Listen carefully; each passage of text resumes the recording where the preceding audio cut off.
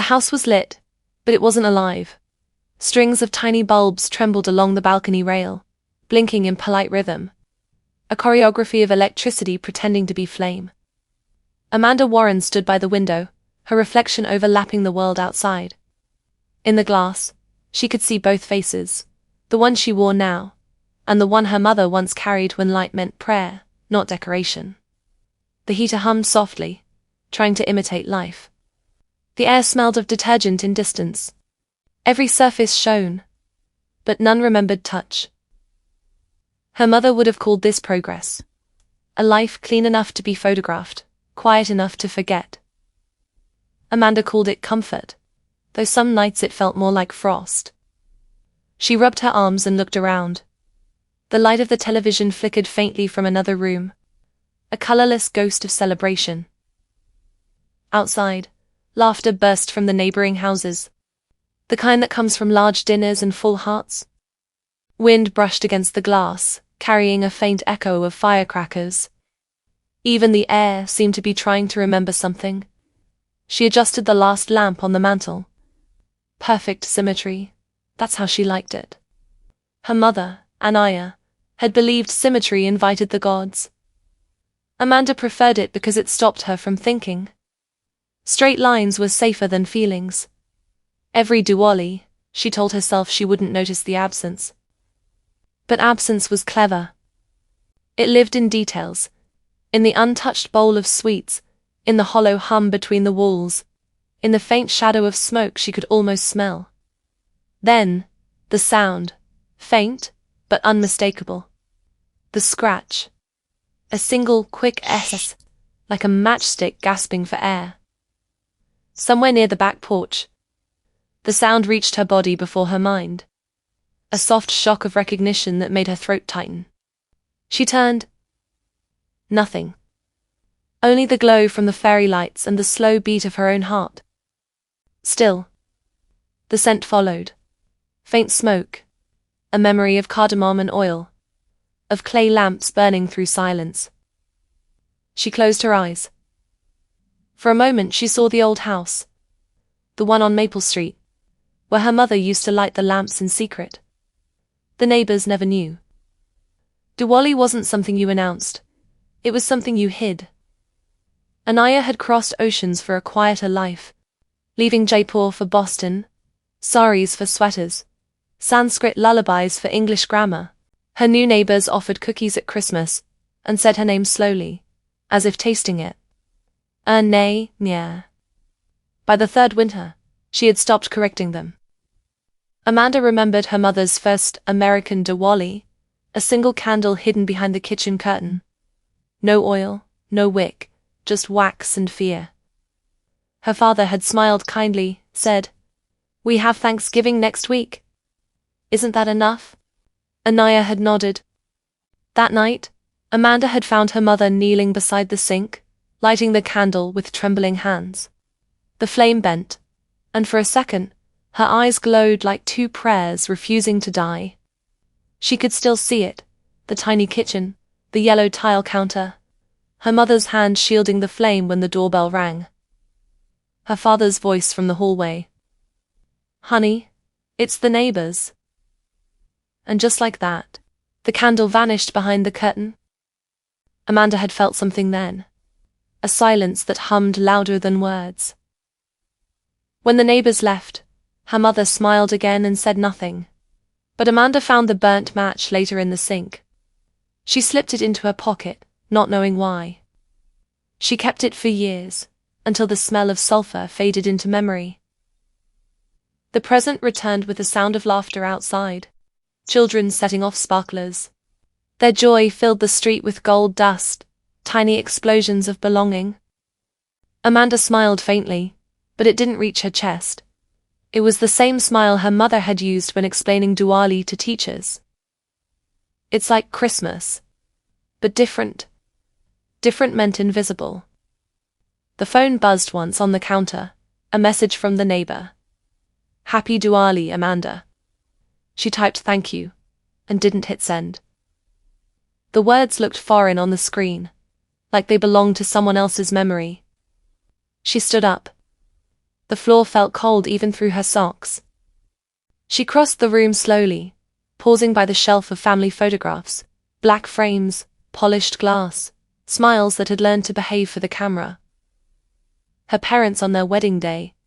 Her mother wearing a red sari she never saw again.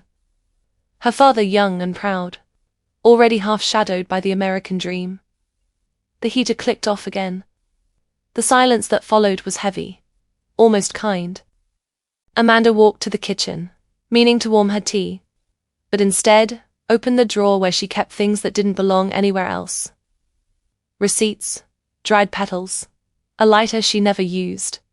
And at the bottom, wrapped in tissue, the small brass oil lamp her mother once gave her. It was older than anything else she owned. Tiny cracks ran along its sides, filled with dust. She ran her thumb over them. They felt like scars. Anaya's voice echoed faintly. Not a memory, but an instruction left in the body. Oil first, then wick. Never light it unless you mean it. Amanda set the lamp down. No oil, no wick. Just the hollow space where flame once belonged. She stared at it for a long time. Her reflection bent in the brass. Her mother's features flickering in and out of her own. For a moment, she could almost see movement inside the lamp. A ripple of shadow. A suggestion of breath. She blinked. It was gone. The wind outside pressed gently against the windows. It sounded almost like breathing. Amanda listened. To the wind. To the hum of the refrigerator. To the ache between seconds. Then, softly, she whispered. Mom. What were you hiding? The house answered the only way it knew. A flicker in the hallway lights. A faint hum through the vents. And then, the same sound again. Shh. A match being struck. Somewhere she couldn't see. Somewhere deep inside the walls. She turned toward the sound. The air had changed. Warmer now, tinged with the faintest scent of burnt jasmine. Her gaze fell back to the lamp. And she saw it, just barely. A thin veil of soot along its rim, like the ghost of a flame that had been there moments ago. Amanda reached out, her fingers trembling over the blackened metal. The brass was warm, as if someone had touched it before her. She didn't move for a long time. The light shifted. Softer. Gold. Outside, fireworks bloomed and vanished, each explosion leaving behind a brief silence, as if the night itself were pausing to listen. Amanda closed her eyes, the afterimage of fire dancing behind her eyelids. The glow reached her skin like a question. The house was still cold, but something inside her had begun to thaw. Before I go on, tell me, where are you listening from tonight? Every place carries its own ghosts. Share your corner of the world. I read every echo. When Amanda was 9, she learned that silence had shapes. It could fill a kitchen, hover above dinner, or curl inside a sigh. It could sit between her parents, not angry, just waiting. Silence was not absence, it was architecture. That year, winter arrived early. Boston wore its loneliness in layers of snow. Anaya filled the house with warmth, cinnamon, cardamom, the smell of stories that refused to translate. Her father James preferred the windows open. He said the spices made the curtains smell foreign. Amanda remembered the look on her mother's face when he said that. A quick, polite smile that never reached her eyes. It was the same expression she later learned to wear in faculty meetings, in grocery lines, in marriages. The gentle art of disappearing without leaving the room. One evening, a week before Diwali, Amanda came home to find her mother lighting tiny clay lamps on the windowsill. The flame flickered, breathing like something alive. Her father wasn't home yet. Anaya's hands moved fast, precise, as if afraid the light itself might draw attention. Why are we hiding? Amanda asked. Her mother looked up. The question hung between them, tender and dangerous. We're not hiding, she said. We're remembering quietly. She smiled. But even as a child, Amanda knew the difference between quiet and afraid. That night, they ate lentils and rice by candlelight. The heater was broken. The house smelled of smoke and cloves. For a while, it felt like the stories her mother told about Jaipur. Bright markets, red saris, women laughing at rooftops. But then headlights cut across the wall. James was home. Anaya blew out the candles before he opened the door. The room plunged into shadow. Amanda could still see the ghost of the flame dancing behind her eyelids. That was the first time she felt something sacred turn into something forbidden. Years later, she realized she had memorized that choreography. The sudden extinguishing, the hidden light. She performed it in countless ways, smiling instead of speaking, apologizing instead of asking, waiting instead of wanting. Her mother never told her to live that way. She didn't have to. The lesson was inhaled, not taught. Amanda remembers a school project. My family's traditions. She brought a picture of a lamp drawn in crayon. The teacher squinted. Is that a teapot? The class laughed. Amanda did too. She erased the label and wrote Christmas lights. When she came home, her mother said nothing. Just pressed her palm to Amanda's cheek and nodded once, as if blessing her for survival. That night, no lamps were lit. The silence felt proud, almost holy. As the years passed, the festival became less a memory and more a rumor.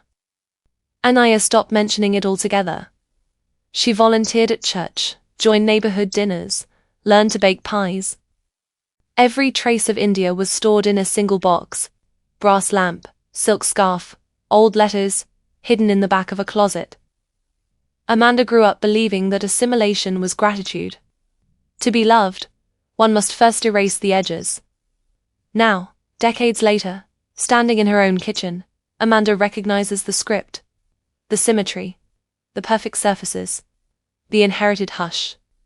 Her reflection in the oven glass looks younger suddenly. The same wide eyes that once watched a candle die. She wonders how many women before her learned this same choreography. How many silences travel through blood like heirlooms. She thinks of the lamp again, the brass one now resting on her counter. Its silence feels different tonight, thicker, deliberate. She imagines her mother touching it years ago, whispering something into its hollow. Not a prayer, but a secret sealed in soot, a promise that waited. Amanda picks it up, turning it gently. Her thumb grazes a faint engraving she never noticed before. A small swirl, almost invisible, like smoke turned into metal. Inside it, black dust. She brushes it lightly. It stains her fingertip. The house hums again. That same quiet breath through the vents. A rhythm she remembers but can't name. In the distance, church bells begin to ring.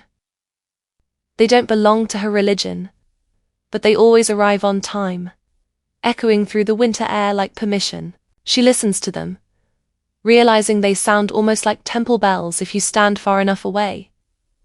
Maybe everything sacred is just a matter of distance. Amanda sits at the kitchen table. The lamp between her hands feels heavier now, not in weight, but in history. A silence that belongs to more than one generation. She speaks softly into the room. Mom, did you ever want to be loud? No answer. Just the ticking of the clock. Time rehearsing patience. She thinks of her mother again. Younger, radiant. Her laughter before America turned it down to a whisper. Anaya loved light too much to live quietly, yet she did. And somehow Amanda inherited the performance. Different country. Same stage. She closes her eyes, and the old house breathes inside her. The faint scent of oil lamps, the echo of footsteps, the warmth of forbidden flame. It's not memory. It's blood, remembering itself. When she opens her eyes, the room feels smaller. The shadows closer. For a moment, she swears she can see her mother's outline reflected in the window. A shimmer of gold, sorry folds made of air. The image flickers, then fades, like a thought deciding to return later. Amanda touches the lamp again, her thumb resting on the spot of soot. The black mark feels like an inheritance, not pain, continuity. Outside, fireworks start again. Bright wounds against the sky. Children laugh, dogs bark. The world keeps celebrating. Inside, Amanda stays still, holding a silence that has lived too long. And in that stillness, she finally understands something. Silence isn't passed down through words. It's passed through gestures. Through the careful way women close doors. Through the smiles that say it's fine when it isn't. Through the lamps that wait decades to be lit again. She rises. Not to light it, not yet, but to open the window. Cold air rushes in. It carries a scent she can't name. Smoke perhaps, or memory returning. She whispers, "I hear you." The heater clicks on, startled. The flame inside it ignites with a sharp, small shock. And for the first time, the sound doesn't frighten her. It feels like language. She had been dreaming of him for years. Always in fragments. A train platform blurred by monsoon rain. The smell of metal and mangoes. A voice calling her name. Not Amanda, but something older, softer. Amanda. Each time she woke, the sound dissolved before meaning could form. Lately the dreams had changed. They no longer came in whispers, but in scenes. Detailed, textured. She could feel his breath, the roughness of his palms, the ache of something she had never lived but somehow remembered. She kept them secret, from friends, from reason, from the neat self she performed in daylight. Because how do you explain longing for someone who doesn't belong to this life?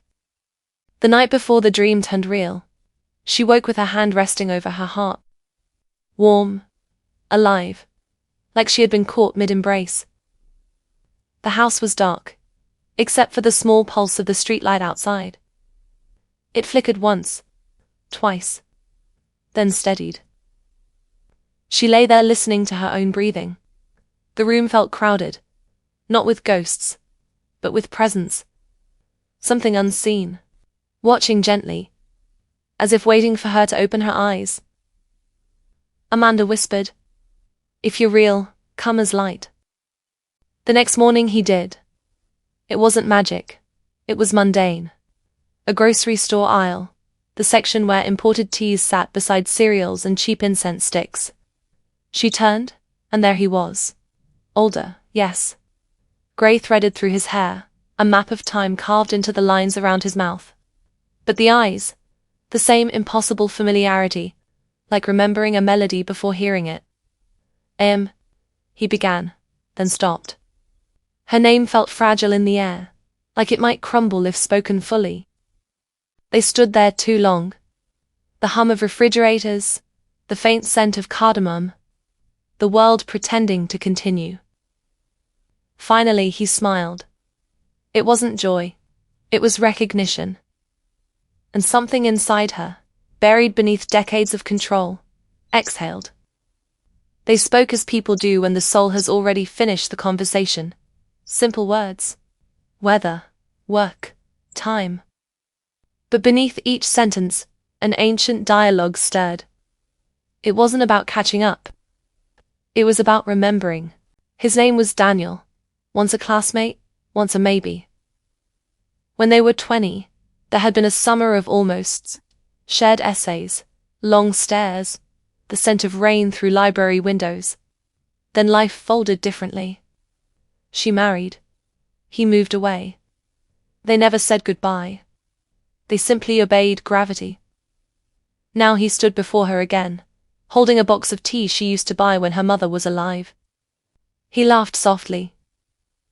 "Still cardamom?" She wanted to say always, but her mouth found the safer answer. Old habits.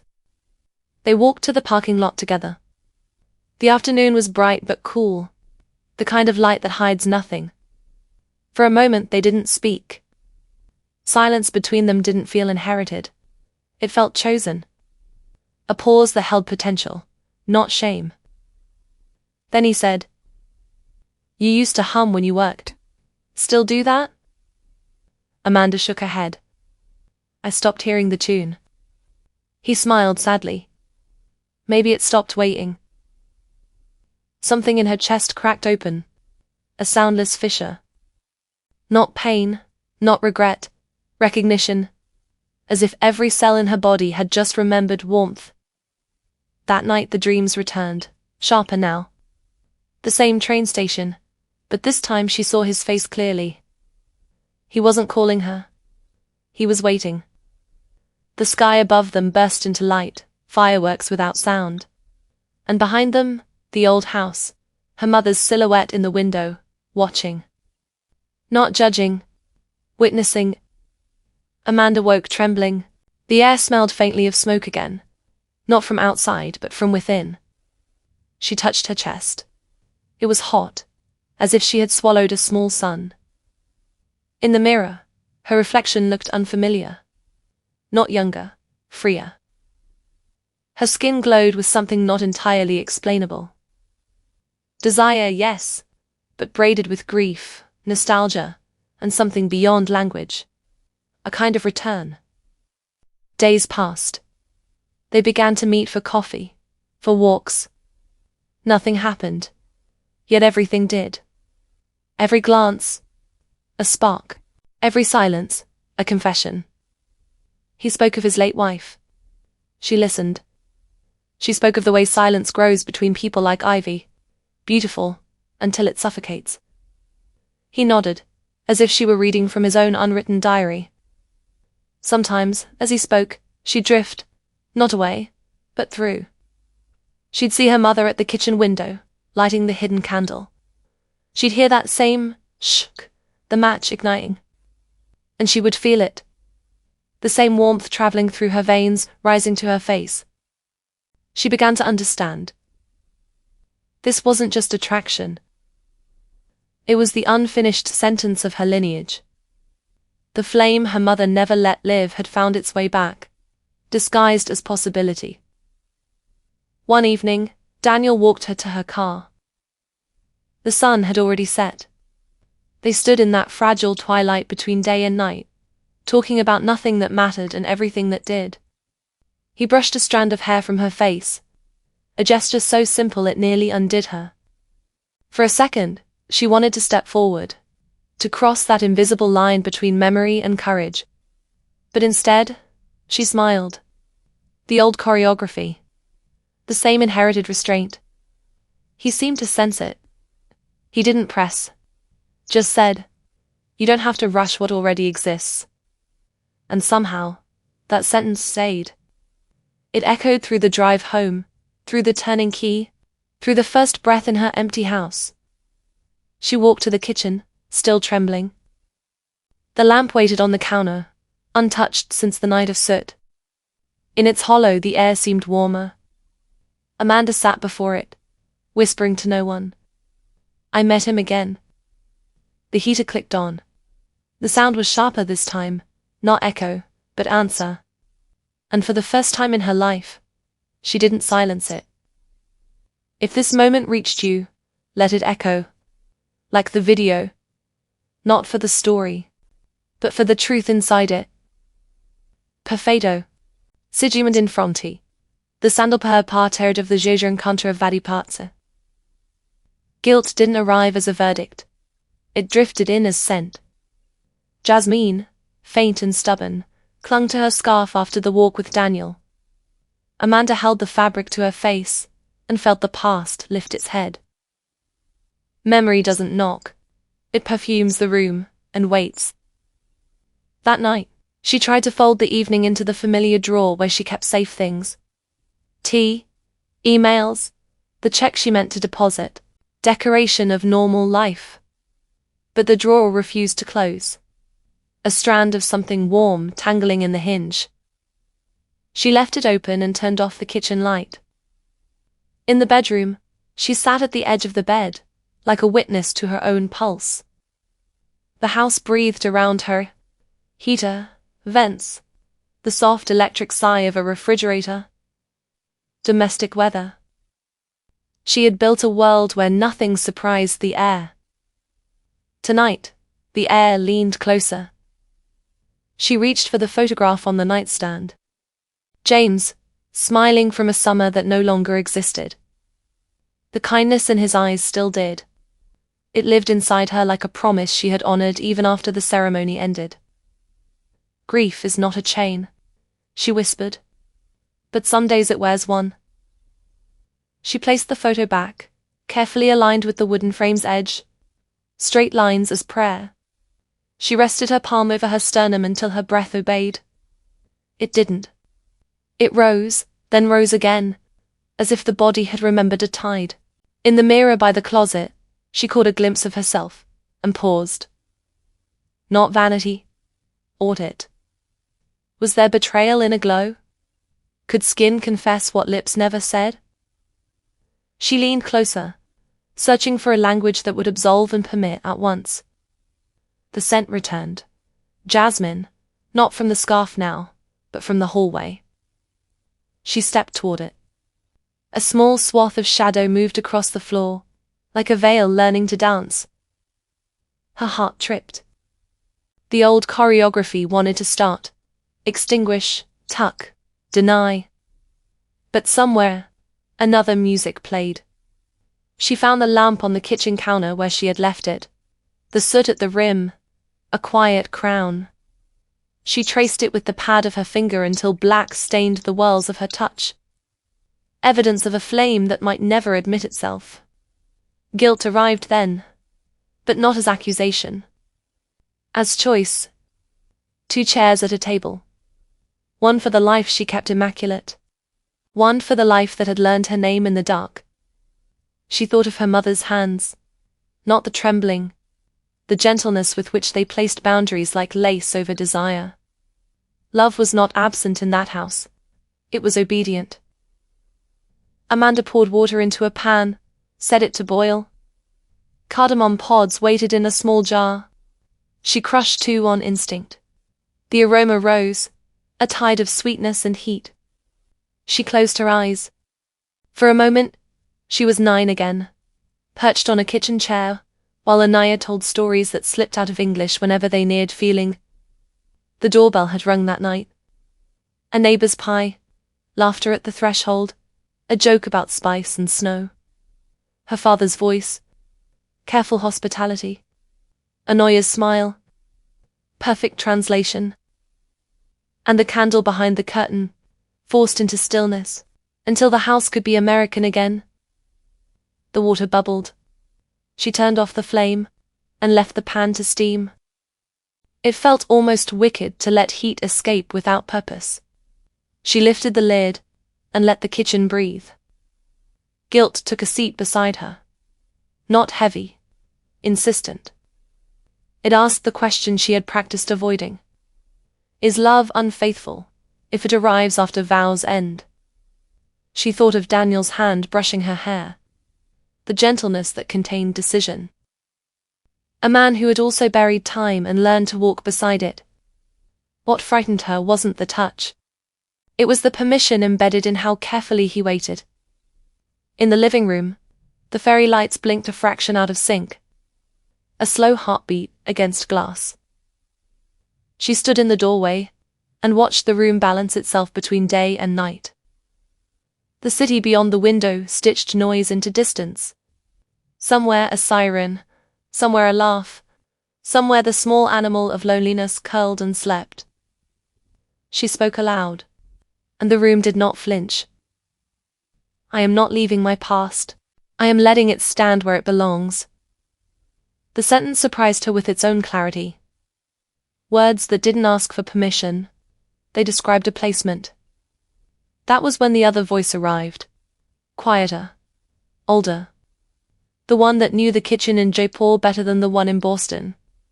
It said, love is not a verdict. It is an opening. The heater clicked. Not a flare. A note. Chic.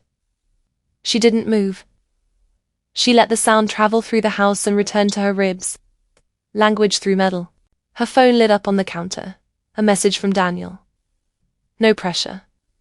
Thank you for today. For the quiet. She read it 3 times before setting the device face down. Silence fell back into place.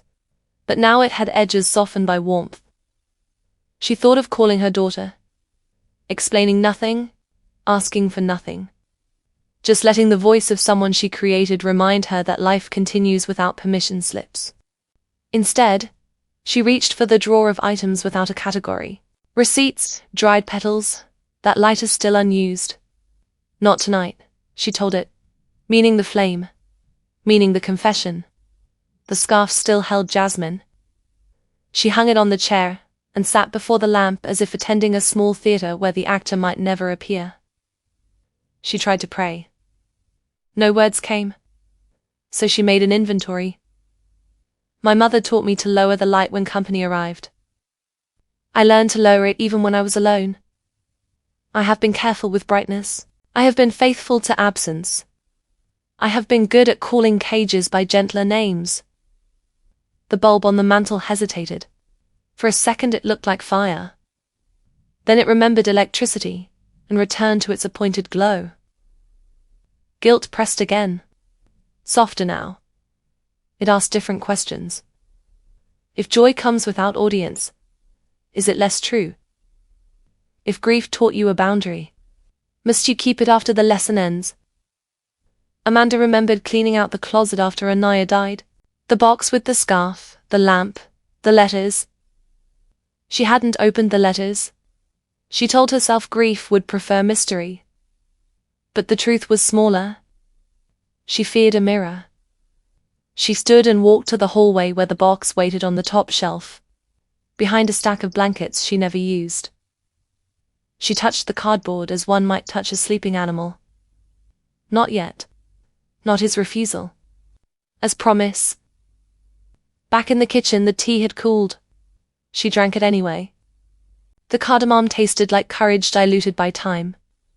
She smiled. The body recognizes recipes even when the mind renames them. At the sink, she washed the cup slowly, letting water braid with thought. Love is not a verdict. It is an opening. The sentence returned, steadier now.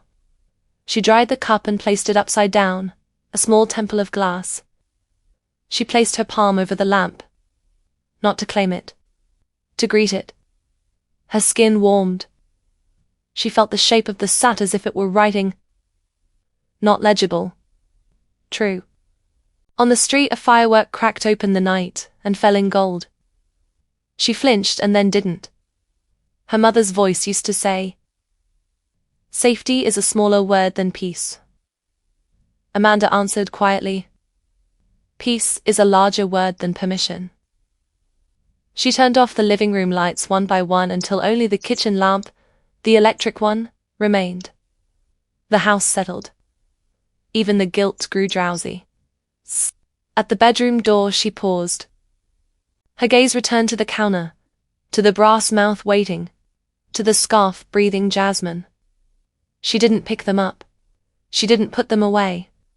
She let the room hold them the way night holds the possibility of dawn. In bed, she lay on her side, hand over her heart.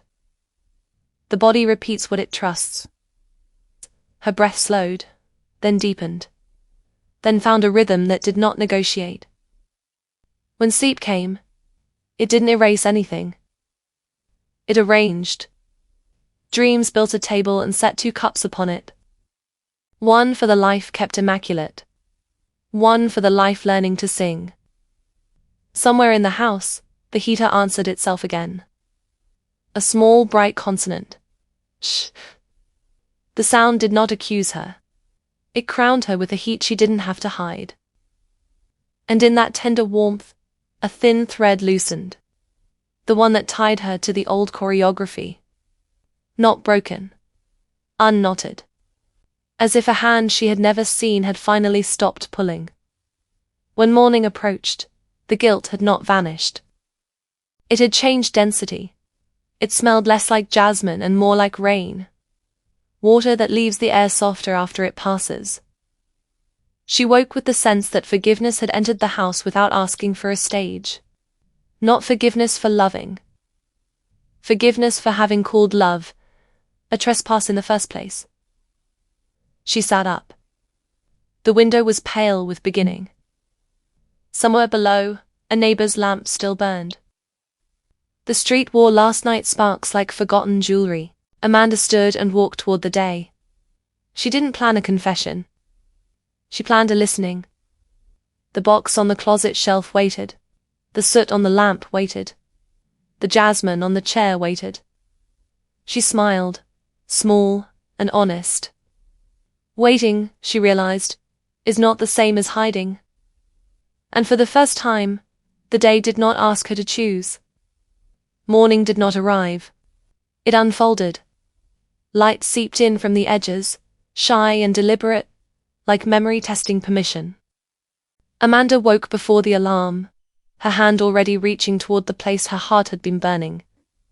The air held a sweetness she couldn't name. Half jasmine, half smoke, the scent of something that had once been forbidden. For a long moment she lay still, listening. The house seemed unsure of itself, as if deciding whether to remain ordinary. Then a sound. Soft. Hesitant. The stretch of wood in the hallway. A sigh from the vents. Not haunting. Invitation. She rose and walked barefoot across the cold floor. Her reflection followed in the glass of each picture frame. Her parents smiling from decades ago, frozen in polite joy. She paused before her mother's photo, fingers grazing the edge. "You knew this day would come," she whispered. "You left the map hidden in plain sight." In the closet, the box waited. Same cardboard, same faint smell of mothballs and sandalwood. She lifted it down carefully, brushing away a thin layer of dust that shimmered like forgotten gold. Inside, the silk scarf, folded neatly, a small packet of incense, the brass lamp, and beneath them, envelopes, bound by a faded red ribbon. The paper was fragile, browned by years of silence. Her name appeared on the top envelope, written in her mother's handwriting. Curved, deliberate, more painting than ink. She touched the letters, tracing the grooves as if reading Braille made of memory. A question rose in her throat. What if knowing breaks the spell that held us together? But she had already begun to untie the ribbon. The knot resisted, then gave way with a sigh. Inside, only one page. Thin. Trembling. She unfolded it slowly. The faint smell of oil and spice rose like breath from another life. My Amanda, I've written this many times in my mind. If you are reading it, then I am gone, and the house has already begun to forget my voice. That is what houses do. They protect the living by burying the echoes. When I left India, I thought I was carrying our light with me. But light is not something you can hold. It lives only when shared. I learned this too late. You were a child when you asked why we hid our lamps. I told you we were remembering quietly. That was only half a truth. The other half is shame. Not of where I came from. Of how small I let myself become to be loved. I hope you never mistake obedience for peace. You come from women who burned, Amanda. Not for punishment. For brilliance. If love finds you again, do not hide it behind curtains. Light it. Let it burn. The gods will recognize you. I am not asking for forgiveness. I am giving permission. With love, Anaya. Amanda read it twice. The first time she cried without sound. The second she didn't cry at all. The words didn't hurt. They rearranged her. She sat on the floor, the paper trembling between her fingers. The house felt full again. Not crowded, but breathing. The air around her moved like flame before ignition. She looked at the brass lamp beside the letter. Dust glittered along its curve like constellations in waiting. She rose and walked to the kitchen. Outside, Twilight was already turning toward evening. The beginning of Diwali again, though she hadn't planned to mark it. She placed the lamp on the counter and opened the drawer where the lighter slept. For a moment she simply held it, feeling the cool metal against her palm. The matchbox lay beside it, almost empty. She picked one stick, turned it between her fingers. The wood was pale, the head red. Small, precise, capable. The same sound waited at its tip, that soft ancient syllable, shik. Her pulse steadied. She spoke softly to the room. I'm not lighting this to remember. I'm lighting it to continue. She struck the match. The sound split the air. Quick, tender, absolute. Fire leapt. A thin line of gold. She touched it to the lamp's wick. The flame took immediately, steady, sure, as if rehearsed for decades. A single circle of warmth bloomed through the kitchen, erasing edges, blurring shadows. Amanda inhaled. The scent of oil and brass rose, the scent of every story her mother never finished telling. She placed the letter beside the lamp. The flame flickered once, twice, then held. No drama. Just presence. Outside, children shouted. Fireworks burst. Light mirrored light. Amanda watched the window catch every reflection. The street, the sky, her own face illuminated from within. In the glass, for a heartbeat, her mother's silhouette stood beside her. No longer young, no longer gone. Just light in its truest form. Memory behaving like truth. The image faded, but the warmth stayed. She whispered, You gave me back my fire. The heater clicked, answering with that small familiar shik. She smiled. It no longer sounded like machinery. It sounded like ancestry. The room pulsed, gold breathing into gold. She felt the heat on her hands, her face, her chest. It wasn't a miracle. It was completion. The quiet inside her body loosened, turned liquid. She could finally breathe without borrowing her mother's restraint. The flame trembled. She leaned closer and spoke again, barely a breath. Love is not disloyalty. It's legacy. She reached for the envelope, refolded the letter gently, and placed it back into the box. Not to hide it, but to rest it. Then she set the matchbox beside the lamp. Future tools, not relics. The sky outside glowed with 1,000 small explosions. Inside, one steady light refused to compete. Amanda led it. This was her to Wally. The one they never spoke of. The one that didn't need words. If you stayed until now, thank you. You're part of a circle of souls who still believe love outlives time. Subscribe, and walk with me to the next story. The flame stayed. All night it stayed. Not loud, not bright.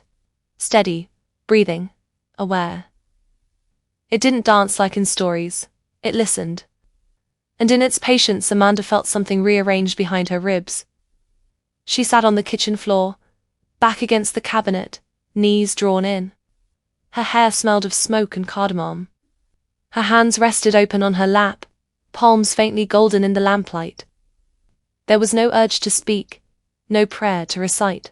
The silence had changed texture, no longer the silence of obedience, but of witnessing. She remembered her mother's phrase, spoken once during childhood. Fire is the first listener, not the first destroyer. At the time, Amanda had thought it meant safety instructions. Now she understood it was theology.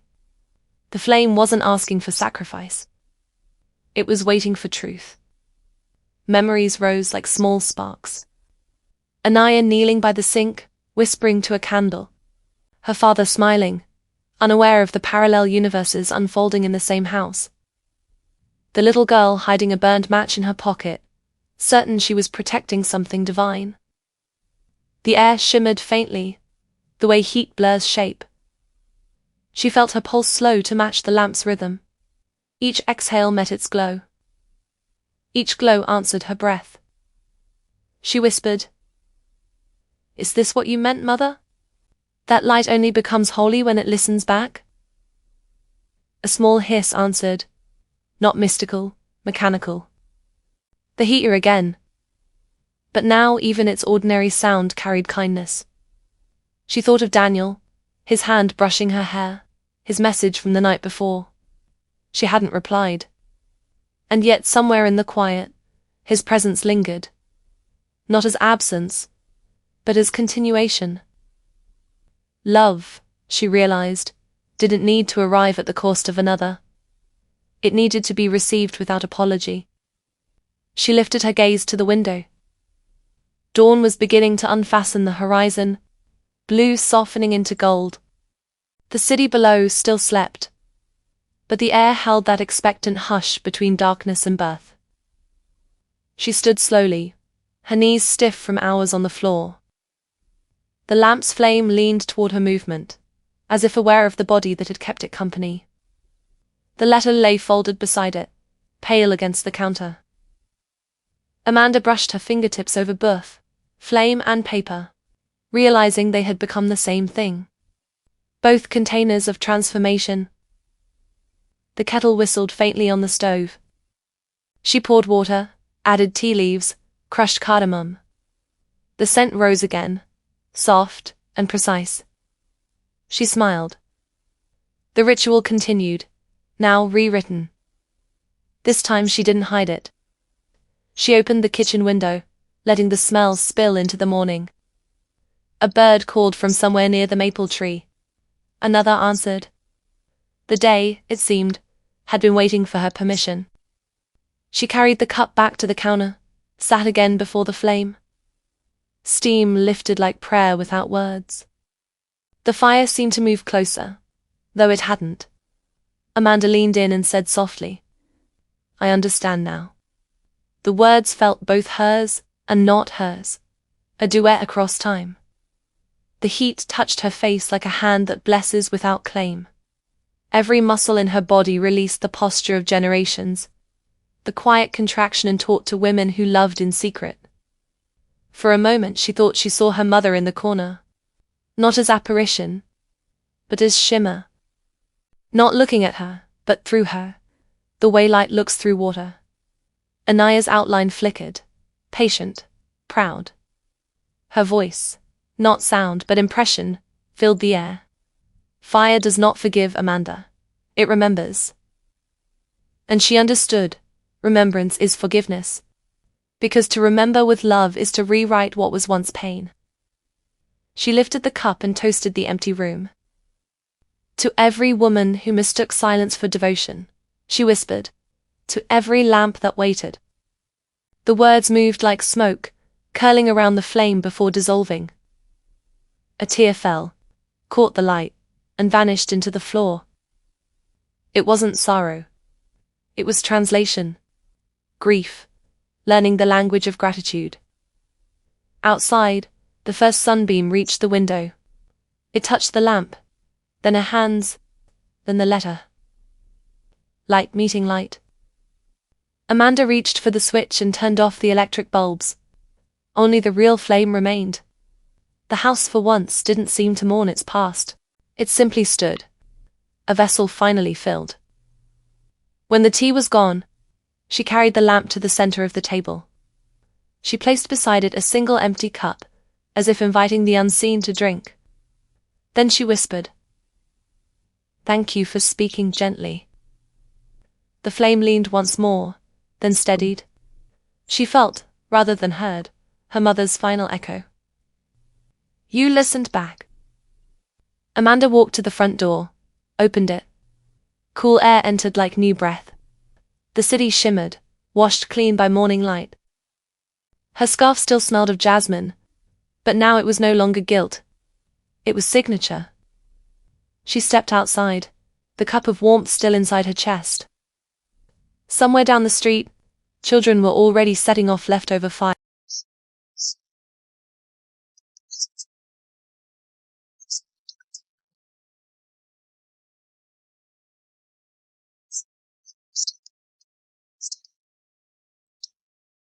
Listening. By the time the flame went out, It didn't feel like an ending. It felt like exhale. A rhythm completed. The smoke rose in a single line, curling into air that welcomed it home. Amanda watched until the last thread of grey dissolved. Her reflection lingered in the kitchen window. Softer now, unguarded.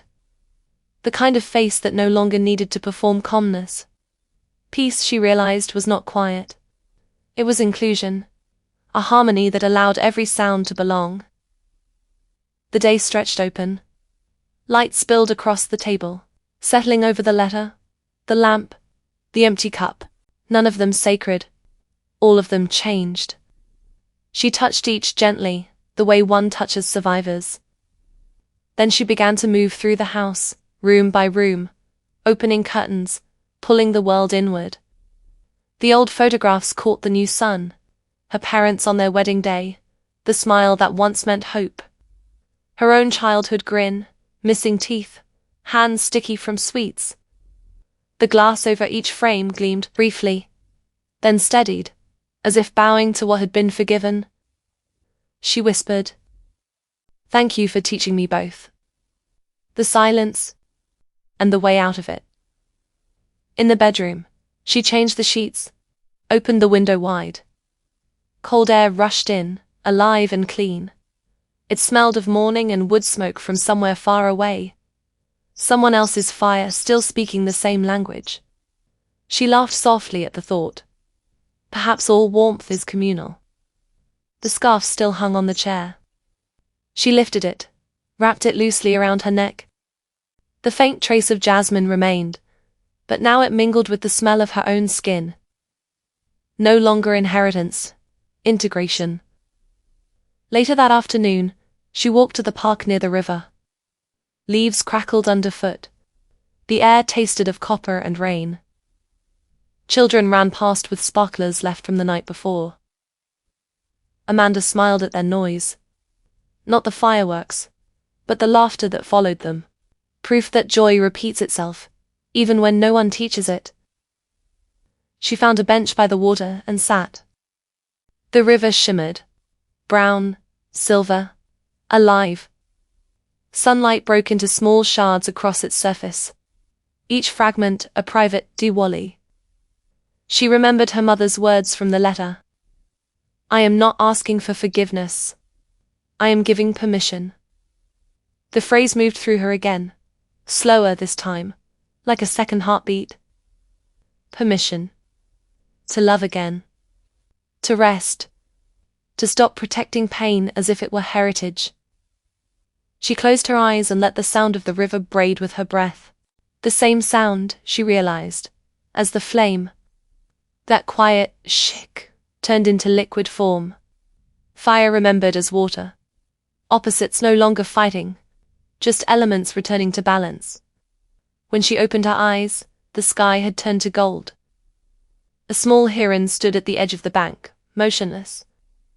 Everything around her seemed to hold still, as if the world were taking a long, slow photograph.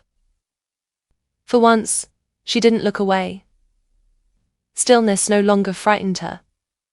She reached into her pocket and found, without planning, a single matchstick, the one she had used the night before. Its red tip darkened, the wood scented faintly of oil and smoke. She smiled, turning it between her fingers like a relic of renewal. Then she placed it gently into the river. The current took it, carrying it forward, small and bright. A spark made liquid. Her mother's light, traveling further than she ever did. When Amanda returned home, evening had folded softly over the neighborhood. The first stars appeared, humble, unhurried. She lit no lamps this time. The house didn't need it. It glowed on its own. She walked from room to room, touching each wall as if blessing it. The window where she first saw her reflection change, the counter where the letter breathed, the chair that held the scarf, the drawer that never quite closed. Every object seemed awake, alive not in sound, but in awareness. In the mirror near the hallway, her face shimmered again. This time, she saw both women clearly, Anoya's eyes behind hers, No separation, no haunting. Only continuity. The echo had become chorus.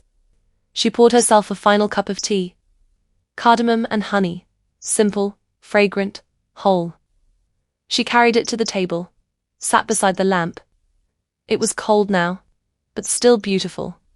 The soot around its rim formed a perfect ring, a crown for what had been consumed and transformed.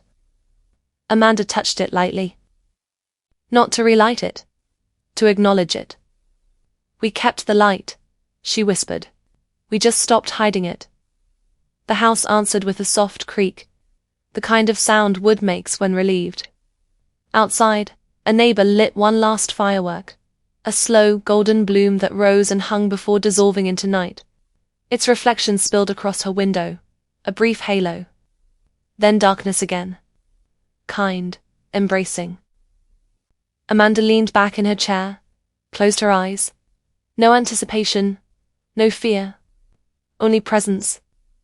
The breath she took then felt new, uninherited, her own. That night, when sleep arrived, it carried no dreams, only warmth, a steady hum beneath everything, the quiet knowledge that the flame had not ended. It had simply moved inward, where it belonged. And if you had been there, you might have seen it too. A faint golden pulse beneath her skin, the gentle return of light.